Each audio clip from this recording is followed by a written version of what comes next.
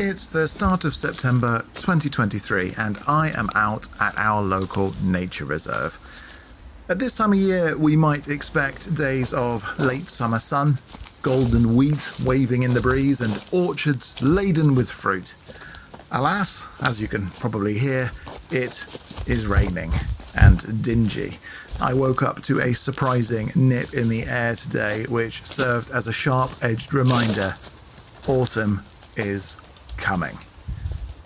Normally, this is the kind of day when I would like to be at home, curled up before the fire, ideally with a book and a hot drink.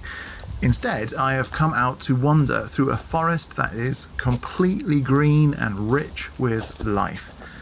As I step through the undergrowth and look around, I can say confidently that there's not a sign of a turning leaf here yet, least of all on the mighty oak tree before me, which I'm going to rap on with my knuckles.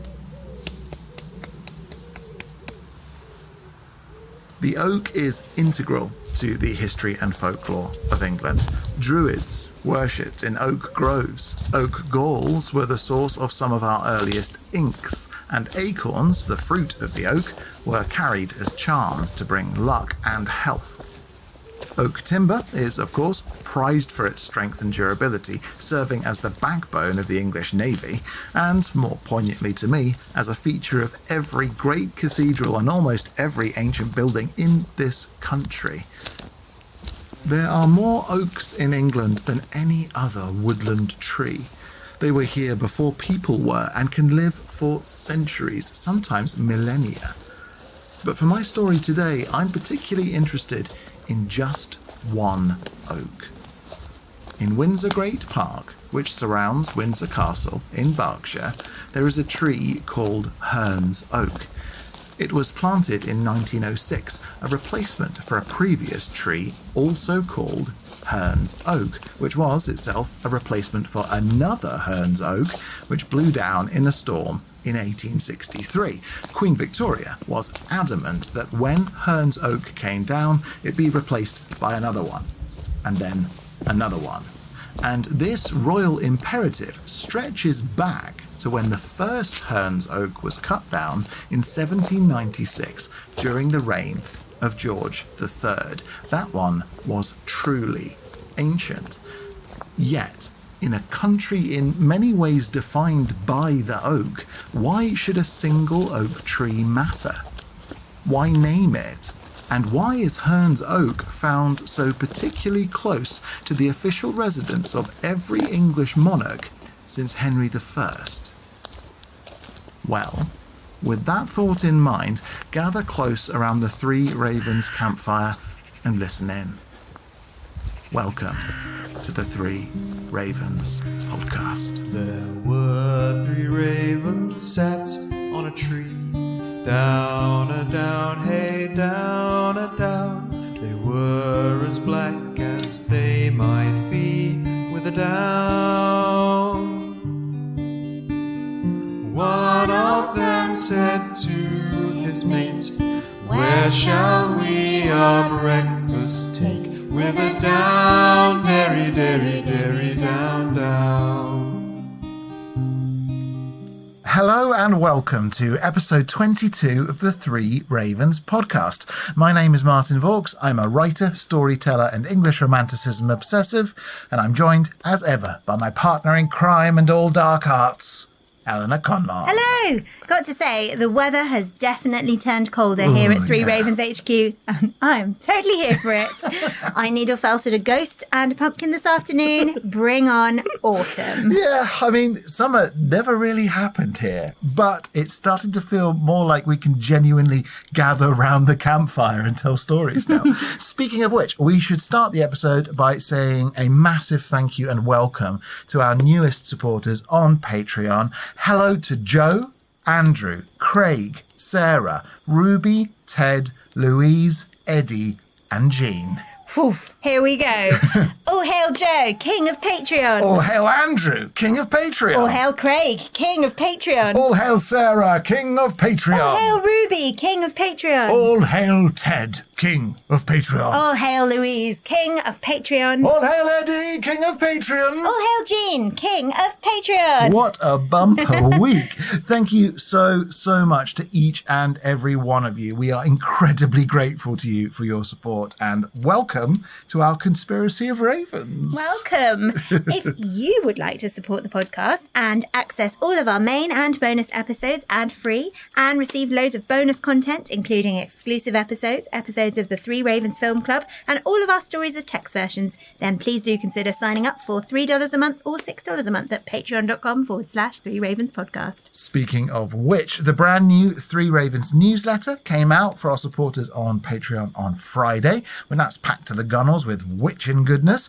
including the month's major English folk customs, zodiac and Celtic tree information for the month, our exclusive tarot spread for September, our exclusive magic spell for the month, and more besides. Plus, we also announced this month's Three Ravens Film Club film.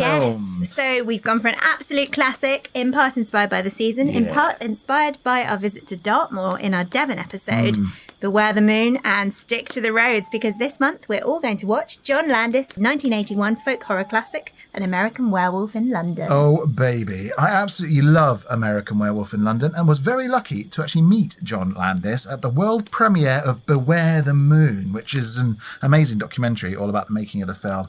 And that was at Fright Fest, I think way back in 2009. You told me about that documentary. I think we should watch that as well as part of it. Are you proposing a double feature? Oh, yes. Science fiction double feature. That sounds great. So, yes, please, if you want to join in, then do watch An American Werewolf in London and either post your thoughts about the film to our thread about it on Facebook, or tweet us or email us at threeravenspodcast@gmail.com, and we'll include your thoughts in our film club episode, which we'll be recording later in September. And as for emails, we're inching closer to the end of Series 2, which means two things. Firstly, please send through entries to our card competition. Gonna be honest, we are a little light on entries this time around. So get scribbling or painting or sticking stuff to stuff. However you art, we want you to art and send it to us. In case you weren't aware, we're inviting original artwork by artists of all skill levels on the theme of the folklore of winter. And after the end of Series 2, we'll judge the entries, pick our 3 favourite designs, and have them printed as greetings cards to sell for a 50-50 profit share with the winners via our shop at threeravenspodcast.com, in time for everyone to send them to their friends and family this Christmas. Please enter. We're hoping people are working on their entries before sending them at the last possible moment, but we're very keen to see what everyone has come up with. And don't be afeard, we really do want to see art from everyone. Similarly, after episode 13, we'll be taking a little bit of a break.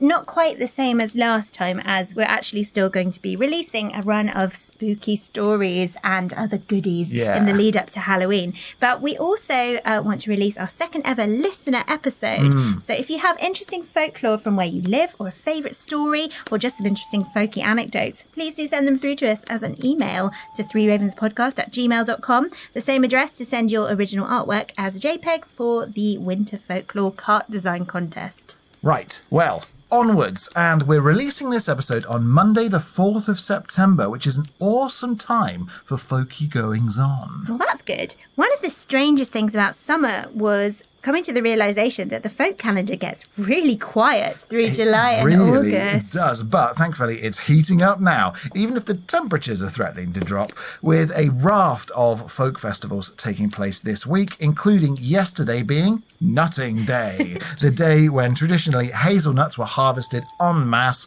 with Nutting Day also being the day when lace makers and traditional crafters were first allowed to start lighting candles to work by, something they were allowed to do every day from Nutting Day until Shrove Tuesday. I find it really hard to hear the phrase Nutting Day and not giggle. Why? I don't understand. What's wrong with Nutting Day? People get the nuts from the nut bushes? Move it along. Okay.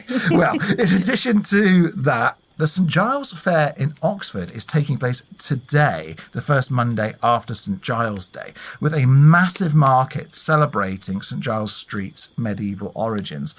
And last Friday was also the day Oliver Cromwell is traditionally paid tribute to at the Houses of A Parliament. tradition I thoroughly condone, and they better be observing it. This weekend also marked the hop hoodening in Canterbury Cathedral. I think that we touched on that briefly in our Kent episode, Yeah. but I can't quite remember what it was. So the hop hoodening is where the hops have been harvested and are led into the cathedral on hooded horses made of wood, led by Invicta, the white horse of Kent, with a hop queen and a troupe of Morris dancers following on behind. Oh, I love the idea of hooded hops horses coming to church. Yeah, well, actually, the hooded horses aren't allowed to stay in the church for the service because they are pagans. So they have to go back outside. They don't want to convert them. No. They're happy to keep them as Yeah, pagans. So out you go, that's hooded it. horses. And is that it? Is there more? There's one more. Friday was also the day of the Barnet Fair in Colchester in Essex, which has been running since, check this, 1256. Wow. The day sees the people of Colchester invited to gather oysters along the banks of the River Colne, but not before the mayor is sailed up the Pyfleet Creek to read a proclamation and make a toast of gin and gingerbread. After that, it's like an oyster free-for-all. Sounds delicious. Oysters, gin and gingerbread. I know, right? It's so fun. It's been going since 1256, but Yeah. it sounds like a modern sort of bougie food festival. It does, doesn't it? Yeah. Well, I think this year they put more members of the local council on the boat with the mayor. They all clearly wanted to be part of the Yeah, I want to celebration. get involved with the gin and gingerbread. Yeah, quite Well, right. it sounds delicious.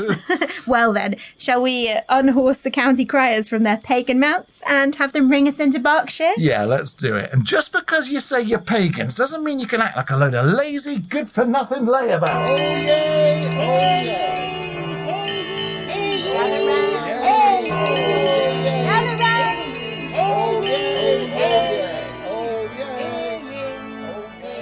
The Royal County of Berkshire, which people generally just call Berkshire, is located in the southeast of England. It was historically bordered by Oxfordshire to the north, Buckinghamshire to the northeast, Middlesex to the east, Surrey to the southeast, and Wiltshire to the west. As always, there's a map to find its precise location on the blog at threeravenspodcast.com. Now, you said Royal County. Why is Berkshire the Royal County? Because surely historically the capital has either been at Winchester or at Westminster. Well, because Berkshire is home to Windsor Castle, which was founded not long after the Norman conquest and which has, for the longest of times, been the official residence of the British monarch.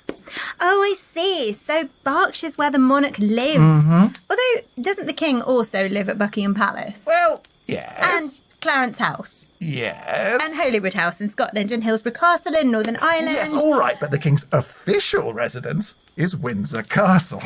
I mean, Buckingham Palace is just the crash pad in the city, while the others, they're just holiday homes because tradition, I guess. Of course, silly me. So Berkshire's boundaries have changed quite a bit over the years. Historically, its northern border was the River Thames, but more recently, parts of it have become sections of Oxfordshire. So if you remember back in episode 10, we talked about the Ox Street Men and the Uffington White Horse and Wayland's Smithy, where an old god will shod your horse if you leave it there overnight. I remember very well. And thank you very much, by the way, to our listener Jacqueline, who sent us a photo of the Abingdon Bun Throwing Festival in May and of the Ox Street Morris dancers who were there with the ceremonial ox head. Yeah, It's she sure amazing. did. Thank you, Jacqueline. And I mention all that because Wayland's Smithy, the Uffington White Horse, and Ox Street itself did technically used to be in Berkshire, but the county lines have been chopped and changed at various points across the centuries. So first big question then, what's the county town of Berkshire? It's Reading, which is maybe best known internationally for the annual Reading Music Festival. Other major towns in Berkshire include Slough, Bracknell, Maidenhead and Newbury, but Reading itself is probably the most famous, not least because, of course, of Oscar Wilde's truly excellent poem, The Ballad of Reading Gaol. Okay, so I remember one night with this. I hadn't heard the poem before. So I asked Martin if he'd read it to me, quite innocently, thinking it would perhaps be, a few stanzas long. And my goodness, he was up like a rat up a drain pipe, zooming to the bookshelf, grabbing the book, zipping back.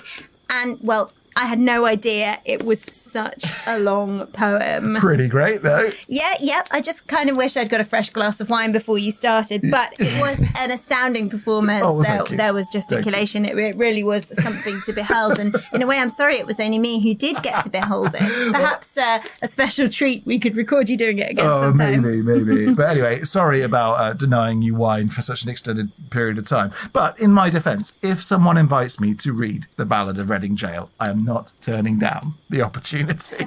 Anyway, zooming back through history, Berkshire was historically part of the Anglo-Saxon Kingdom of Wessex, and though it's now in Oxfordshire, while it was part of Berkshire, Alfred the Great was born in the county, in the town of Wantage. Long before he went off hiding in the reeds and fens. Yep, like every good English rebel should, really. And during the Saxon era, Berkshire was kind of a power base for the old kings of England, which is why, once Billy the Conks invaded in 1066 and shot Harold in the eye and all that, he kind of levelled Berkshire, killing every ancient nobleman in the county and replacing them all with Norman lords. Well, that's the Normans for you, isn't it? That's your lot, isn't it, Martin? Coming here, taking our Berkshire. Oh, is it? I'm totally to blame. Me personally. Yeah, I think you should apologise. Well, I'm not gonna. We brought nice churches with us. Anyway, Normans aside, the medieval church was pretty strong in Berkshire, and for that reason, Abingdon Abbey and Reading Abbey were pretty important religious centres, both very much still worth a visit. And Berkshire's economy primarily was based in wool and cloth making right up until the 17th century. Now, I remember you saying that Oxford is basically barren of castles because of its position in the country. Yeah. Is Berkshire, as its neighbour, equally lacking in major forts and crumbling battlements? Well, it's a bit unlike Oxford, actually, in that loads of battles and wars have raged through Berkshire over the years, from the times of King Offa in the 8th century through to Danish invasions, the Anarchy, the Barons' War, and the Civil War. Oh, so it's a bit feisty in Berkshire. Good to know. Yeah, and there were once many more castles in the county than there are today, including Beames Castle, which was broken down in the 13th century, and Brightwell Castle, Farringdon Castle and Newbury Castle, all of which were destroyed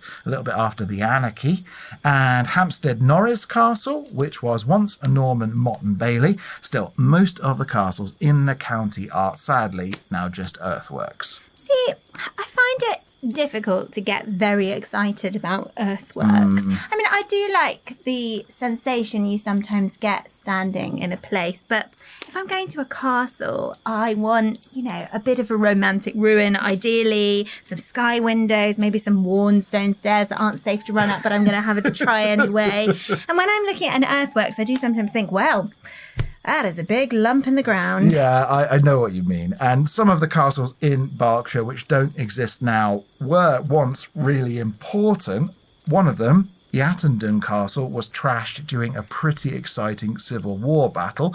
It's now the site of a manor house. And then Hinton Waldris Castle, the earthworks of which are now in Oxfordshire, technically. But still, that was once the home of Mary de Bohun, who married old Henry Bolingbroke. Hey, that's Henry IV to you, Buster. Well, sometimes, Eleanor, you have to just call a Bolingbroke a Bolingbroke. But also, Henry V, when he was growing up, used to play at Hinton Waldris Castle. For many a thousand widows shall this his mock out of their dear husbands, mock mothers from their sons, mock castles down, and some are yet ungotten and unborn, that shall have cause to curse the Dauphin's scorn. Well, indeed, I'm sure that's exactly what he was thinking at the time. As, translated by Billy Shakes a few years later. So, I mean, we know there's one major, massive, super important castle in Berkshire, don't we? We sure do. Donington Castle. Oh, you silly man. I mean, yes, I am. But Donington Castle Gatehouse, which sadly is the only bit that remains after, again, your plundering pal Oliver Cromwell sacked the rest of it. Probably deserved it. But still, it's an awesome place to visit, looked after by English heritage. Yeah, but... And the Chaucers lived at Donington Castle,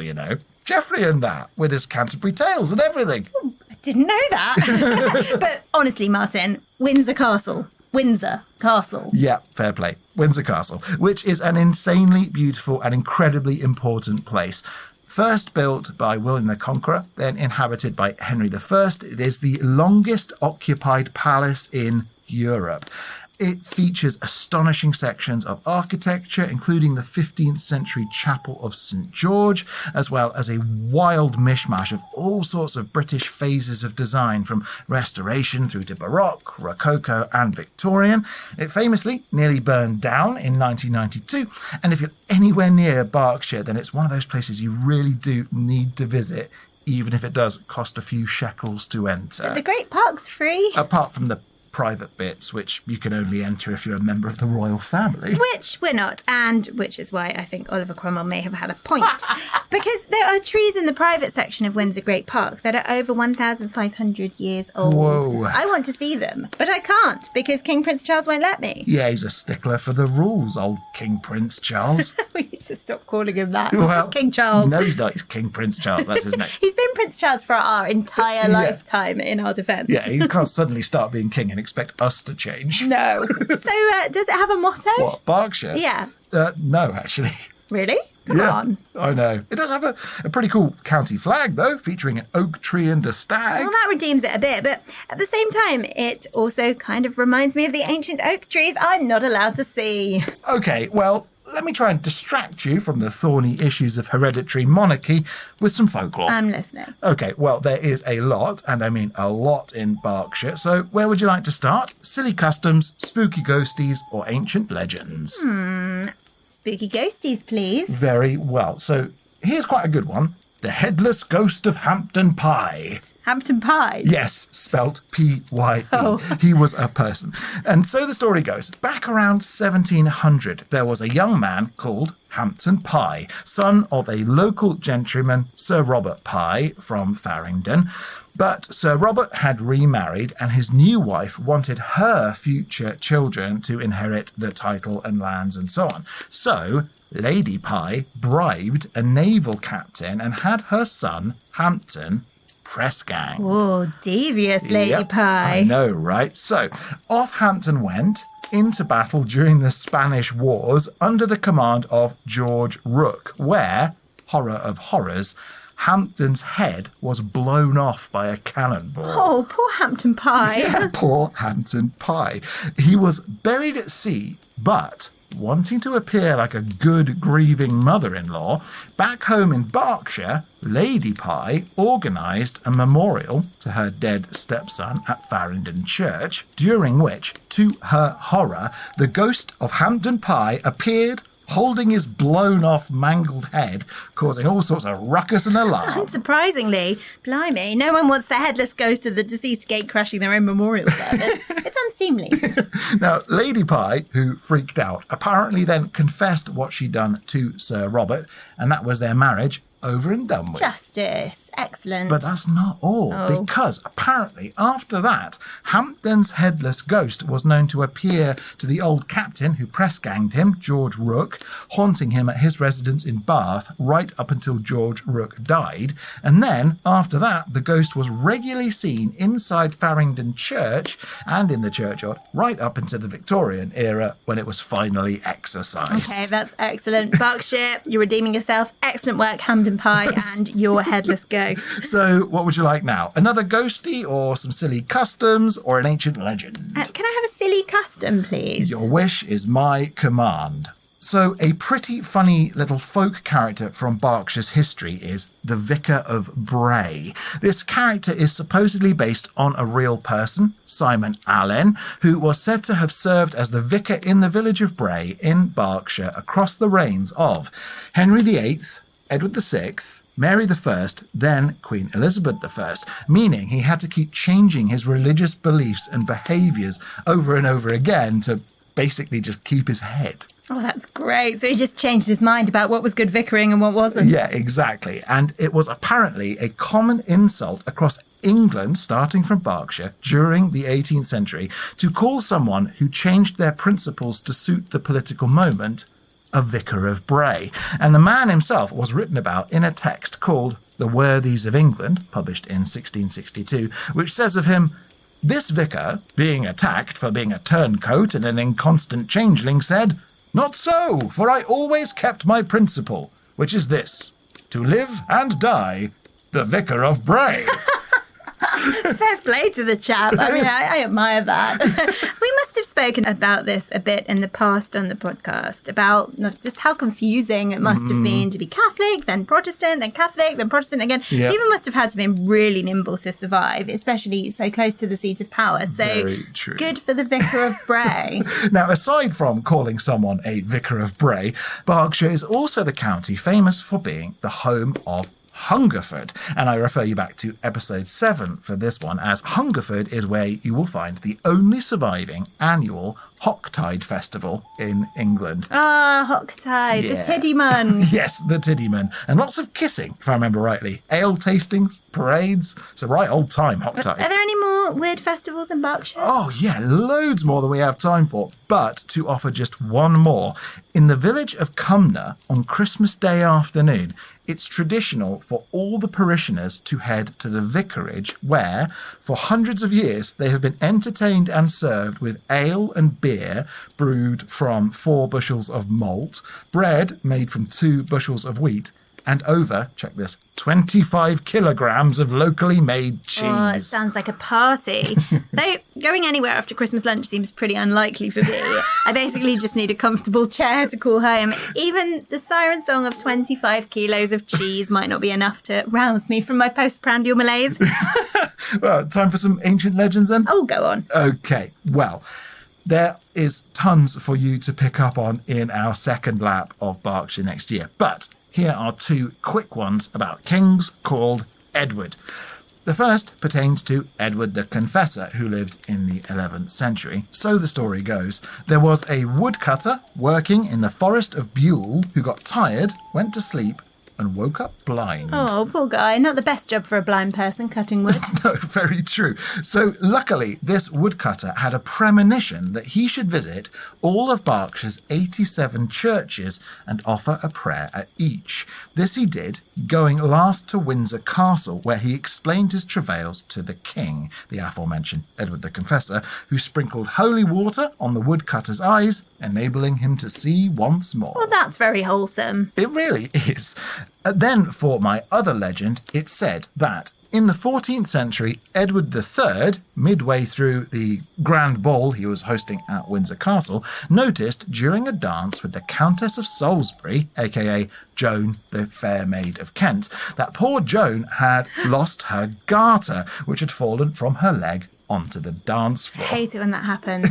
What a thing. Poor I know, Joan. right? And apparently, base assumptions were made, including about Joan's looseness in relation to the king, to which Edward III, angered, exclaimed, "Shame to you who thinks evil of it," brandishing the garter and putting it onto his own leg. From this, we had the birth of a very long-running English tradition known ever after as the Chivalric Order of the Garter, which Edward III initiated, inviting knights from across England to compete at a series of jousts known as the Round Table Tournaments, and the Order of the Garter continues to this day, with Garter Day taking place on the 3rd Monday in June every year, where applicants are considered by ballot for new members to enter the most senior order of chivalry in Britain. And they do actually wear embroidered garters to this day. Like, the official insignia is still the garter with Oniswaki Maliponce embroidered on it, which is that in French, which they probably spoke at that point. No, he definitely did. Like chivalric French. I just sort of translated it to English. But yes, shame to you who thinks evil of it. Yeah, and you can still see that in royal insignia and brigadier stake, can't you? I mean, Henry VIII made a right old fuss about the Order of the Garter when he was king. He did. But the Order of the Garter is a relatively young tradition compared to the subject of our story today, which is all about Herne the Hunter. And I'll start spinning my yarn right after this.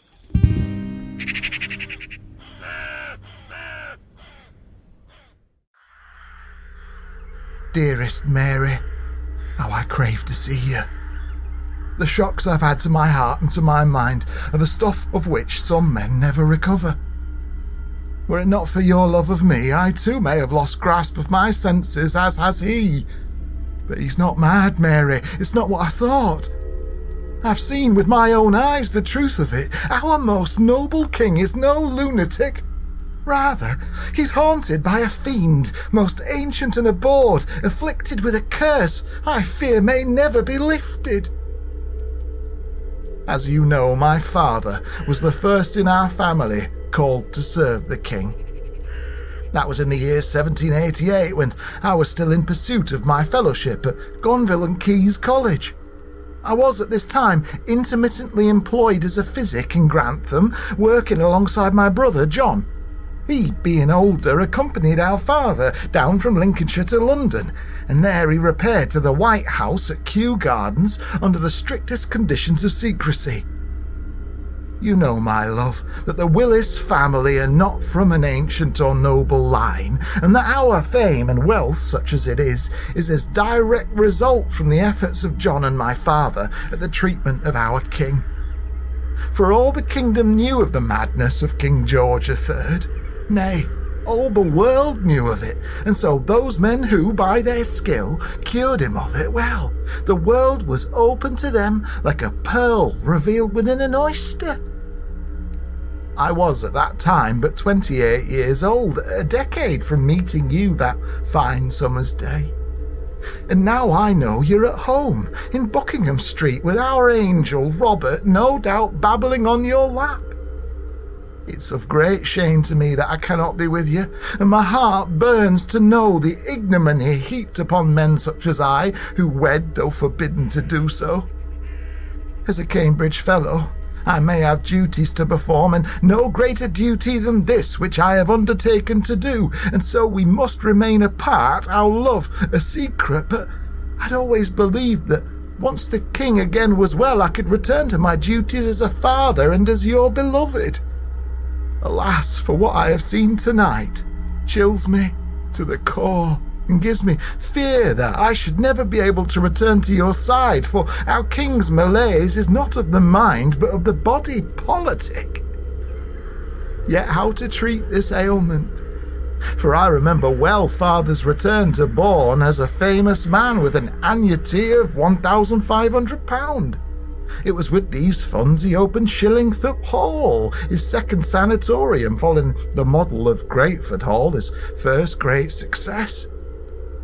I should think you will never meet my father, for he's loath to travel now, and is a sanguine fellow and formidable when formed of an opinion. It was my ardent hope that he would change his mind, but he's a man of iron intent, defined by his dedication to unambitious, all but artless service of mankind. His is a long shadow, and I but a pygmy within it.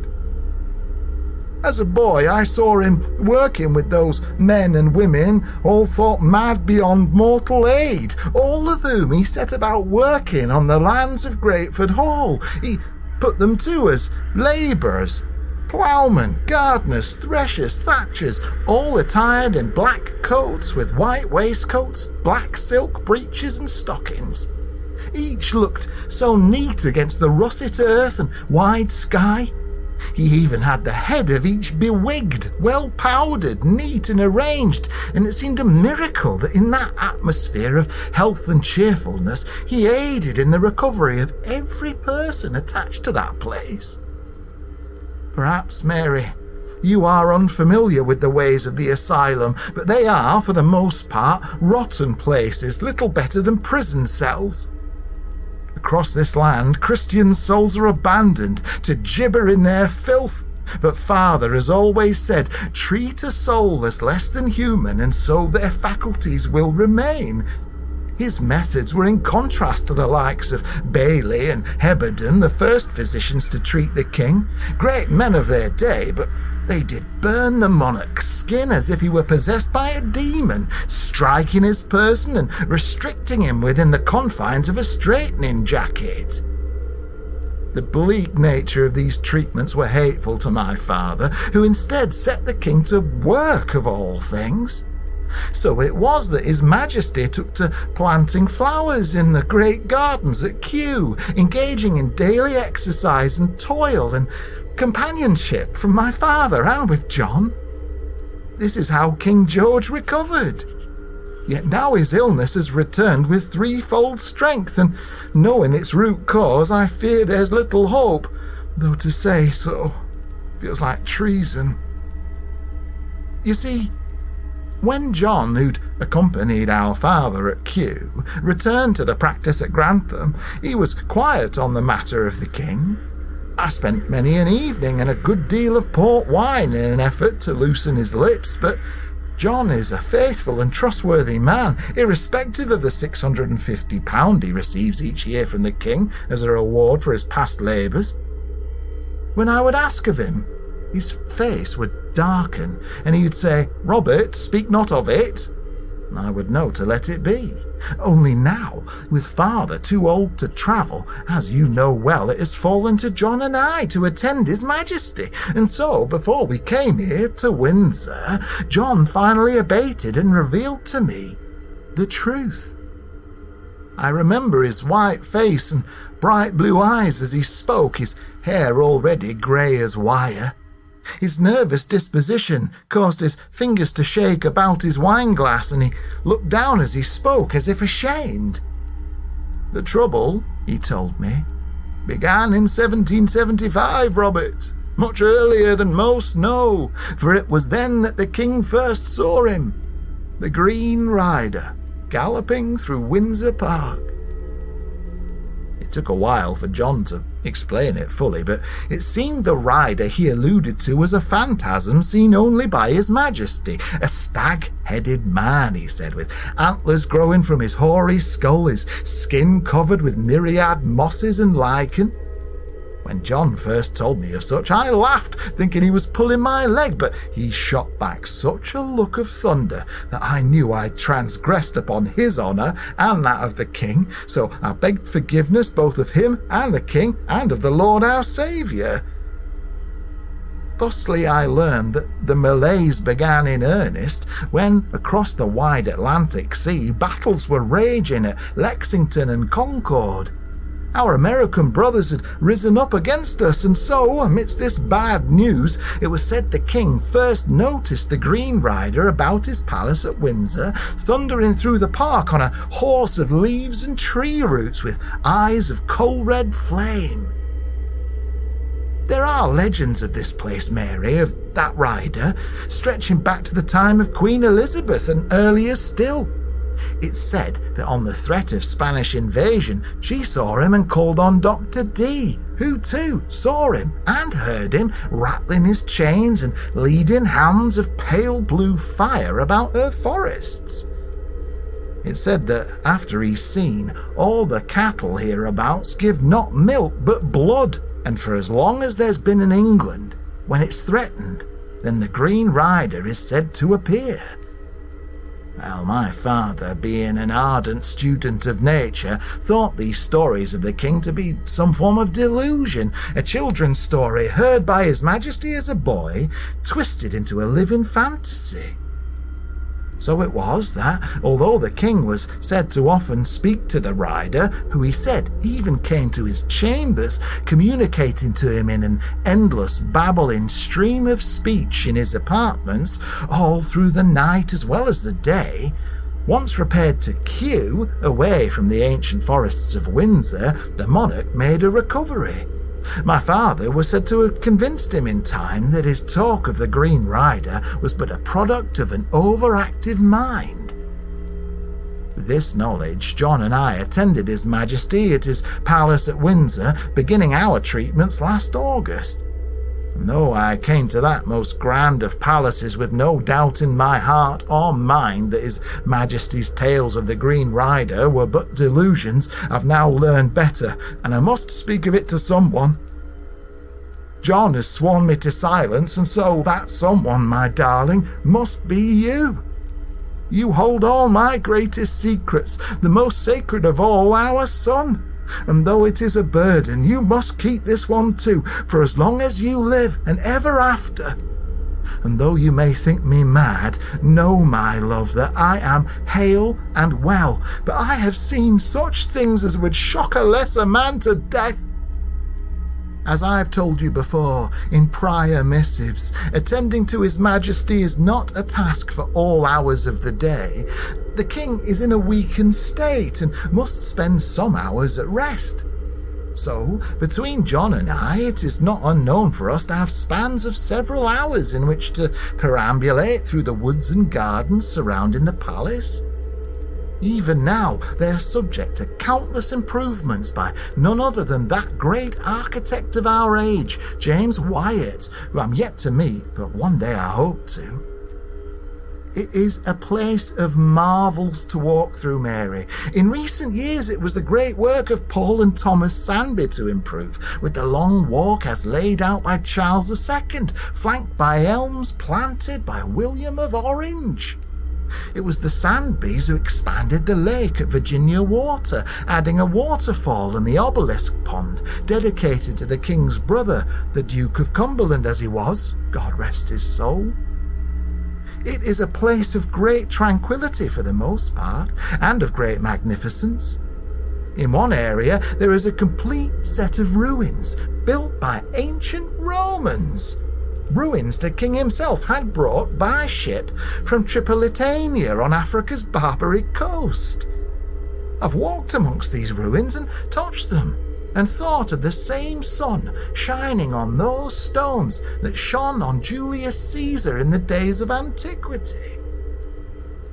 Greatest of all, though, Mary, are the oaks. For in the great park at Windsor there are oaks planted in the days of King Offa and before, trees that were acorns in the year of the birth of Christ. Who might have guessed it would be one such oak that would ruin our king and wreak havoc upon his mind? For it was in the year 1796 that our doom was spelled by a team of men with axes, men who felled the tree in which the Green Rider once slept. I learned of it one night when, having laid the king abed, I went walking in the little park, which is not little, being of over 600 acres. I was strolling beneath a blanket of stars, pinprick bright amidst the shroud of night, when I heard a sound not unlike that of twigs snapping underfoot. But it was not twigs. It was the flints of a pistol clicking back into their place. "Who goes there?" came a rough-sounding voice, unmistakably that of a Londoner, who I thought must be a rogue or a highwayman. "State your name and purpose, or I shall shoot you in the name of the king." Well, I did state my name and my purpose, and learned that this fellow, of the name of Brown, was none other than a groundskeeper at work under the auspices of His Majesty.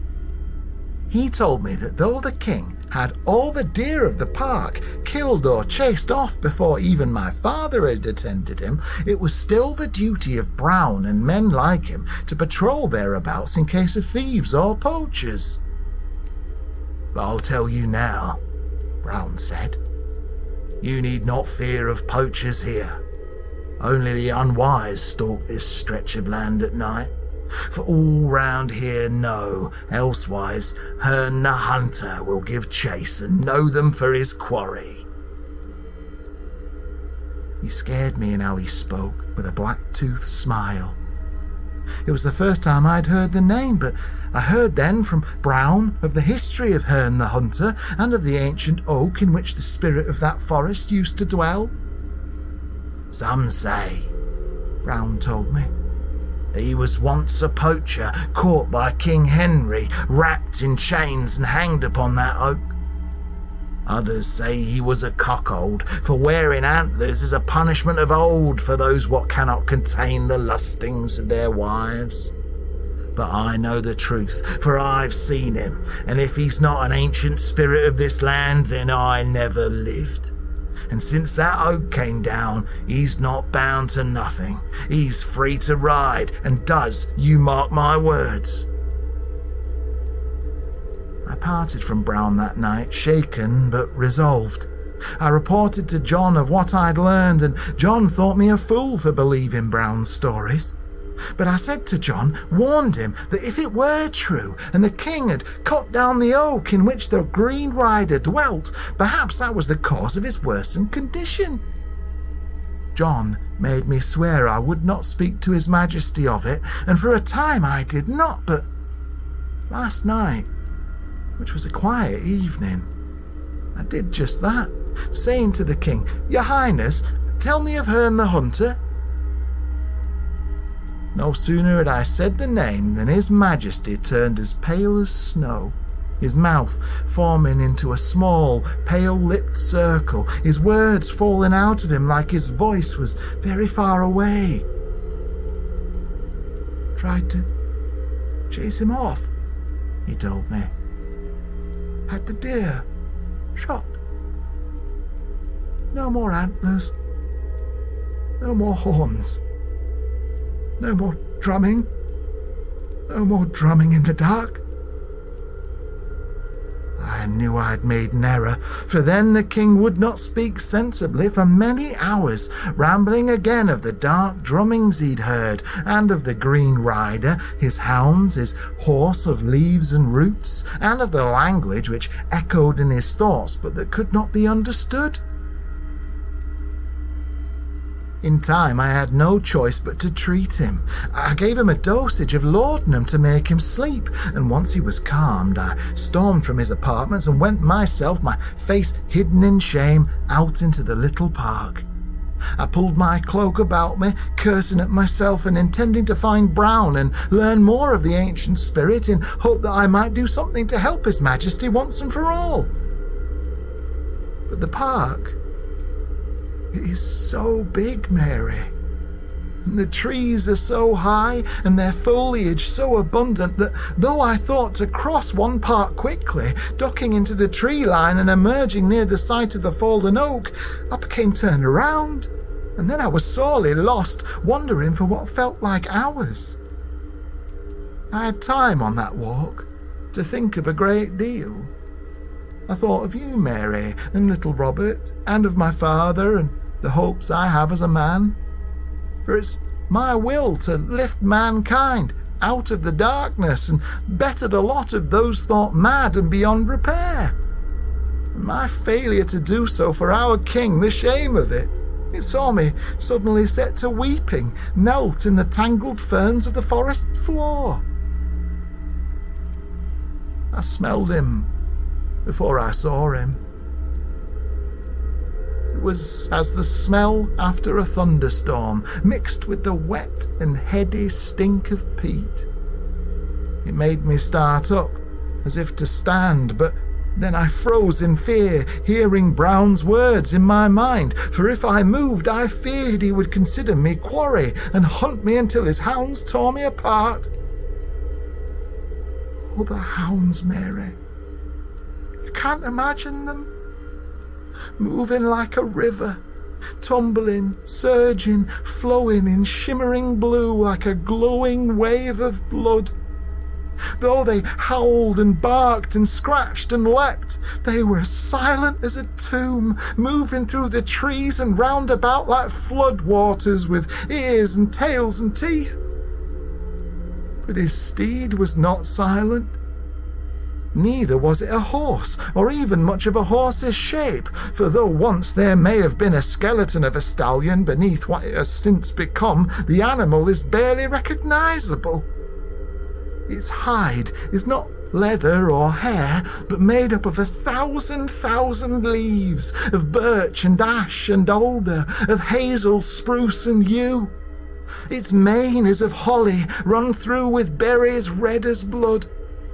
Through and about its mighty limbs run roots thick and thin, some delicate spiralling like spiders' webs, and where its legs touch down, flowers bloom and fade in seasons which last but an instant.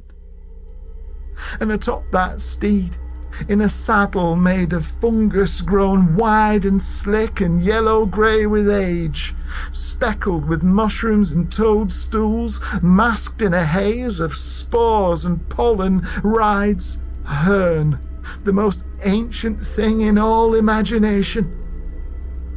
His garments look like fairy clothes, sewn of moss and blackest fur, run through and threaded with silver and gold.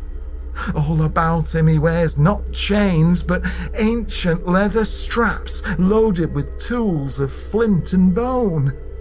In one hand he bore a horn, cracked and split as if hollowed from the head of an auroch or some ancient bull-like beast, black and shining terribly. His beard was long and made of tendrils of tree roots, grown blue and green with lichen of every kind.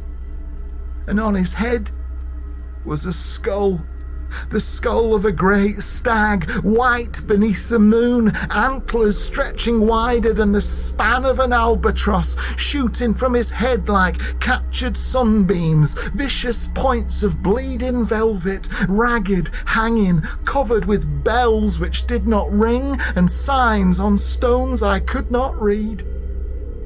His eyes, Mary, were just as the king had said, like coals burning.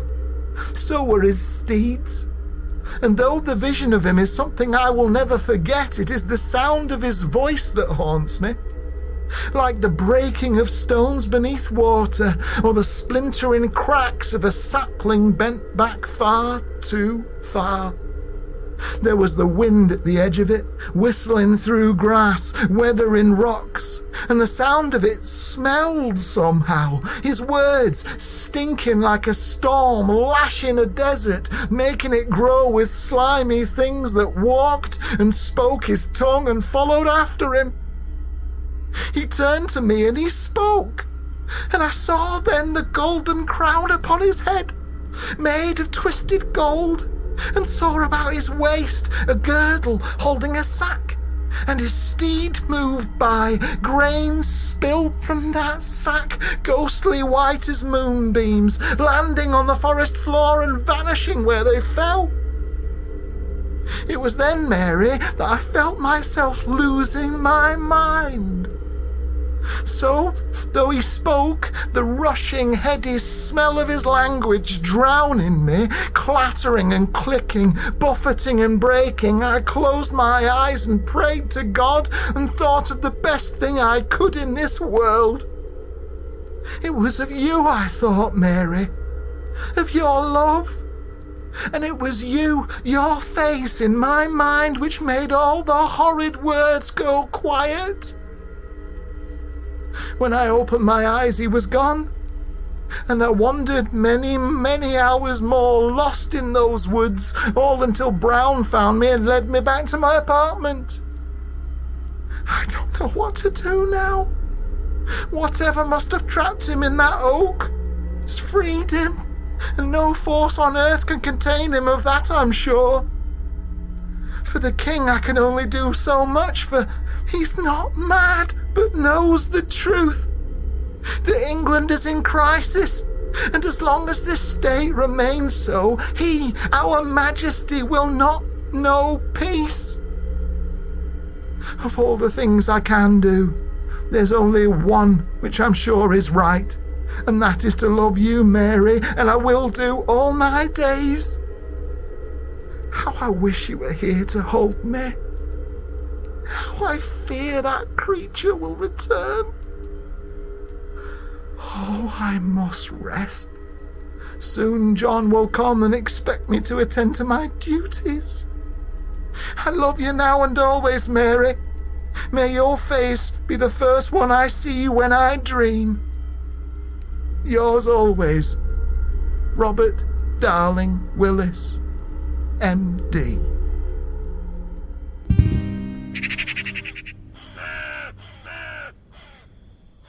Okay, well, the first thing to say is I think it's quite understandable that English monarchs make sure there's always a Herne's Oak in the grounds of Windsor Great Park. I have to ask, how much of that did you make up? Well, quite a lot. I mean, obviously, George III did go mad, but I thought it was interesting that he did go mad around the same time that the original Herne Oak was cut down. So I kind of just went from there. But the Willis family were from Lincolnshire, with Francis the father being the first to successfully treat George III at Kew alongside his son John. And then Robert came along later, treating the king right up until the king passed away.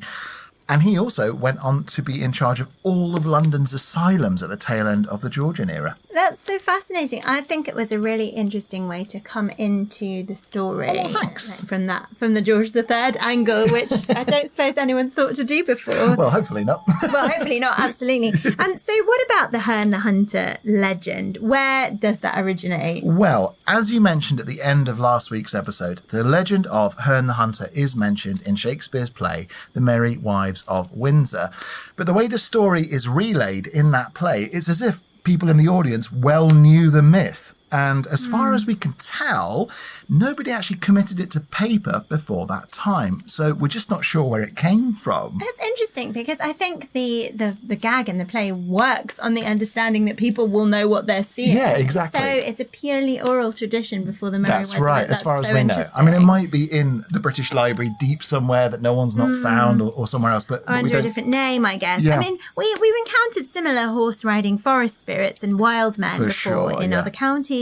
I mean, we've got Old Crochan in Devon and Edric the Wild in Shropshire. And then there's the Wild Hunt, of course, which is also associated with Odin or Woden in Norse and Anglo-Norse mythology. Yeah, absolutely. And with Herne, there's a line of argument that connects him to Foliot Heads and the Green Man myth, and a further line of argument that also connects him to Cernunnos, an ancient Celtic deity who appears in a number of Gallo-Roman sculptures.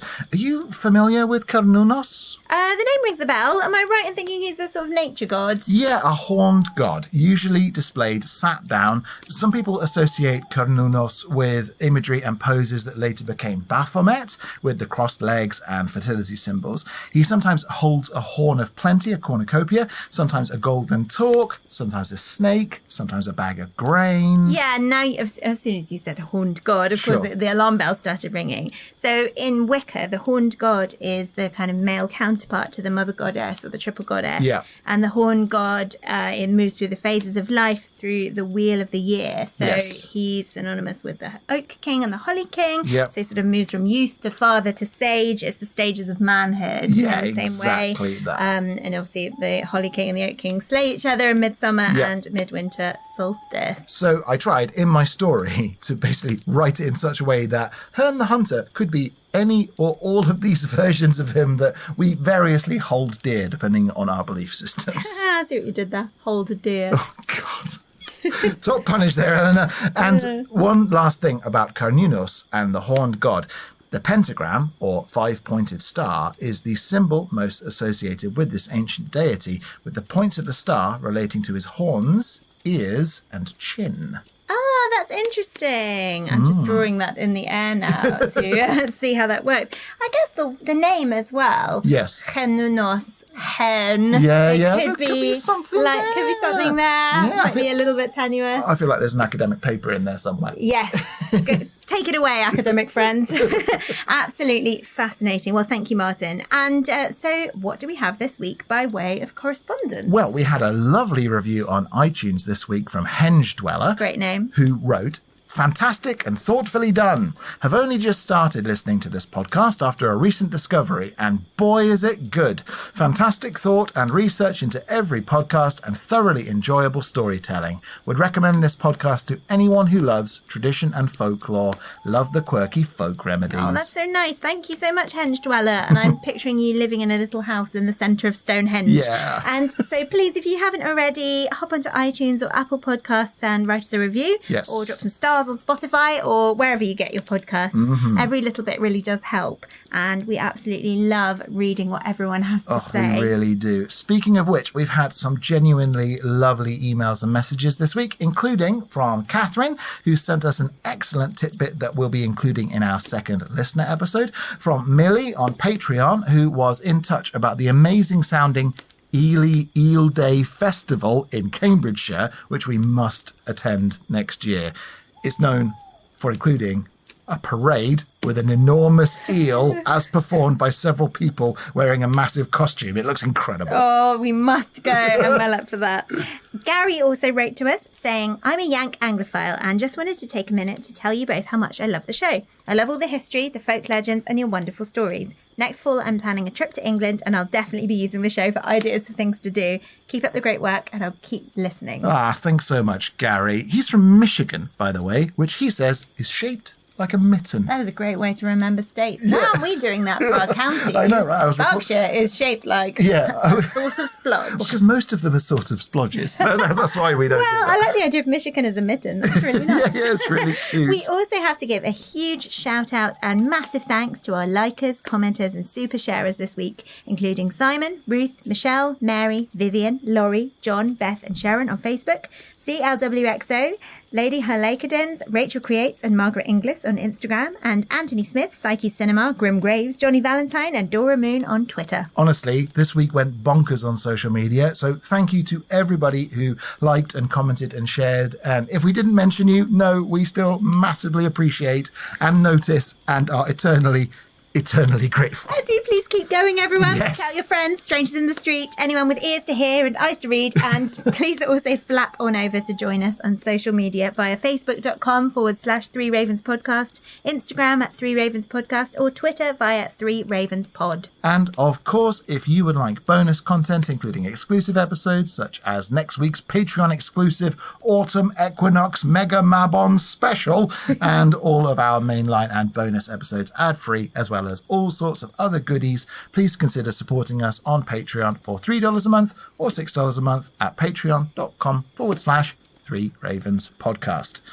So, Eleanor, where are we off to next week? We're not travelling far, actually. Okay. We're headed to Surrey, where I'm going to be telling the tale of the legendary heroine Blanche Heriot, your favourite heroine you haven't heard of yet, I amongst don't know other who things. that is. All right, brilliant. Well, I genuinely can't wait. Although on Thursday we do have our new Magic and Medicines bonus episode on curse reversals, so that should tide you over. Yeah, very true.